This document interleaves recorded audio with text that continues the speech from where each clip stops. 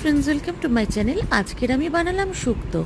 তো আমি আগে প্রত্যেকটা সবজি কেটে নিয়েছি। আমি কড়াইতে আলুগুলো দিয়ে দিলাম, আলুটা ভালো করে ভাজা হয়ে গেল। তারপর পেঁপেটাকেও হালকা হাতে ভেজে নিলাম। এরপর আমি এই ভাজাগুলোকে একে একে সবই ভেজে নেব। এবার আমি লাস্টে কাঁচকলাটাও ভাজলাম। এবার দিয়ে দিলাম বেগুন। বেগুনটা একটু কড়া হবে আর উচ্ছেটাও একটু কড়া করে ভাজা হবে। তারপর বড়িটা ভেজে তুলে নিলাম। এবার আমি কড়াতে দিয়ে দেব 5 ফোড়ন, শুকনো লঙ্কার তেজপাতা দিয়ে বাকি সবজিগুলোকে আমি দিয়ে দিলাম। তারপর রাঁধুনি বাটা আর আদা বাটা ওর সঙ্গে মিশিয়ে নিলাম।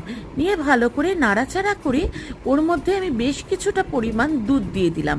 এইটা অনেকেই চাইলে 1 কাপ দুধ বাকিটা জলেও করা যায়, কিন্তু আমি সম্পূর্ণটাই দুধ দিয়ে করি। দুধ দিয়ে করলে একটু টেস্টটা খুবই আলাদা হয়। এরপর আমি ওর মধ্যে নামানোর আগে দিয়ে দিলাম বড় চামচের 1 চামচ ঘি দিয়ে ভাজা মশলা